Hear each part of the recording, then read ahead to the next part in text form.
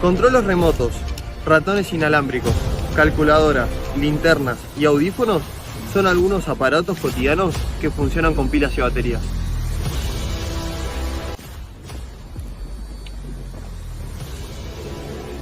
Este es uno de los residuos cotidianos más contaminantes. ¿Pero qué rol juega la comunicación?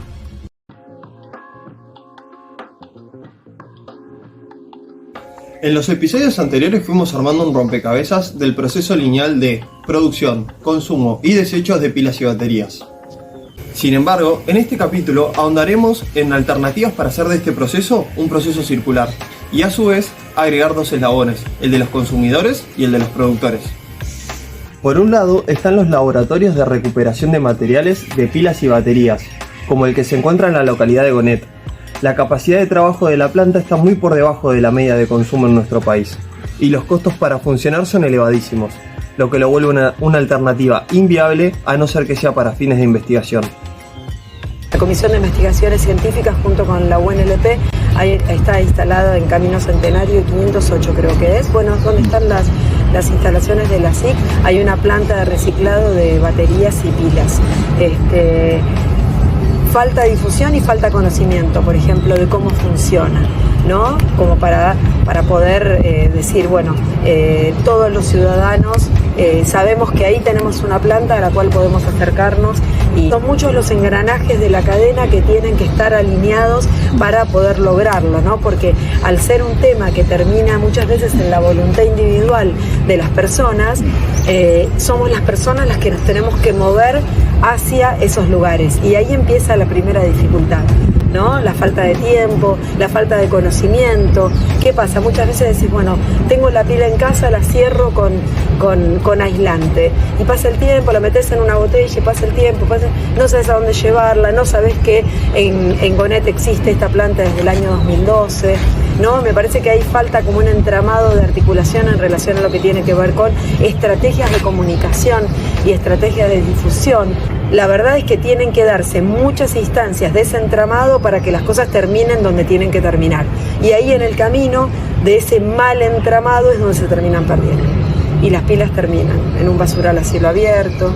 Además, recordemos que las cooperativas de las economías populares no pueden ser partícipes en la recuperación y reciclaje de pilas y baterías, por factores que van desde los riesgos laborales hasta económicos.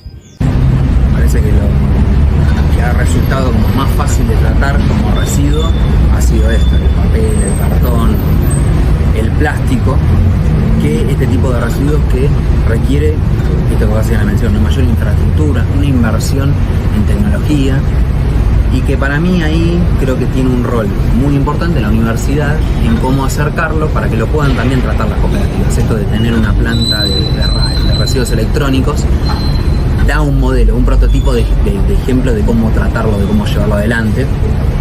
Yo creo también que durante muchos años las cooperativas se han ido consolidando y también organizando, regularizándose, teniendo una conformidad totalmente distinta a la que tenían antes. Sus valores son distintos a los de una empresa, tienen unos valores más horizontales, de solidaridad, de equidad. Yo creo que para ellos es un desafío de acá en adelante que también puedan seguir incrementando otras corrientes de residuos. Además, las baterías de litio que YPF comenzó a desarrollar en sus diferentes instalaciones no son una solución definitiva. El problema no es que no sean sustentables, sino que se trata de una iniciativa para producir un importante insumo tecnológico que hoy en día llega a nuestro país por vía de la importación. Cada vez quedan menos piezas para terminar el rompecabezas. ¿Qué podemos hacer nosotros? En ese sentido, aparecen dos alternativas. Por un lado, pensar en un proceso circular de consumo. La realidad es que esto implica insertar importantes eslabones en el proceso productivo. Y depende en gran medida de dos actores sociales, los productores y los consumidores. Aparte de colaborar en la separación inicial de residuos, hoy se comienza a enfatizar en el consumo consciente de bienes económicos y ambientales.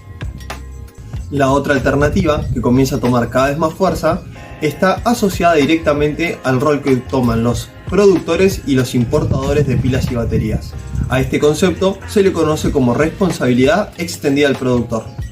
Residuos también son generados de manera universal por todos, pero también son generados en gran volumen por empresas, por industrias, y que creo que es muy interesante asociarlo con esto de la responsabilidad extendida del productor. A partir de esto, de establecer una responsabilidad en quien genera un bien que contenga este tipo de residuos a partir de la producción y buscar que esa responsabilidad se extienda hasta el momento en que se convierte esto en residuos.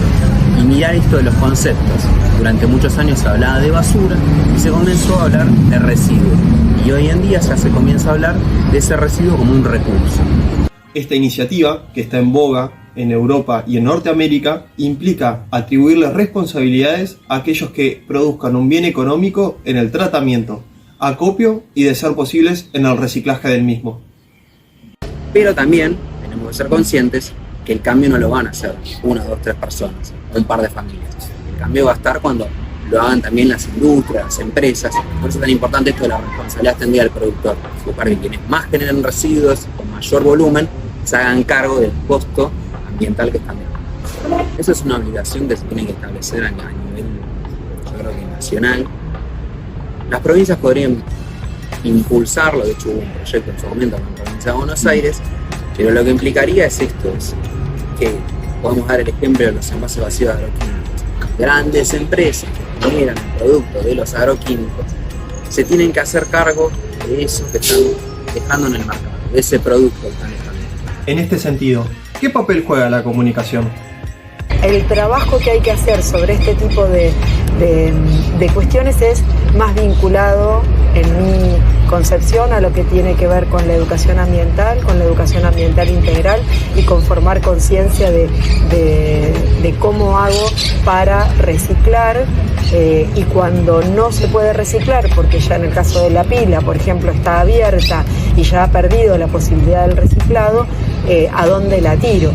Si la pila está todavía cerrada y lo que pasó es que ya se agotó, lo que tengo que hacer es cerrarla con un adhesivo, meterla adentro de un tarro de plástico con arena o acerrín seco, no húmedo, y mantenerla ahí.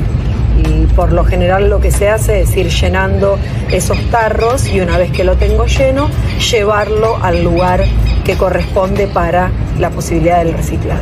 Cuanta más información tenemos, más empoderados estamos para tomar decisiones y actuar bien en relación a nuestros hábitos y consumos y al cuidado del ambiente.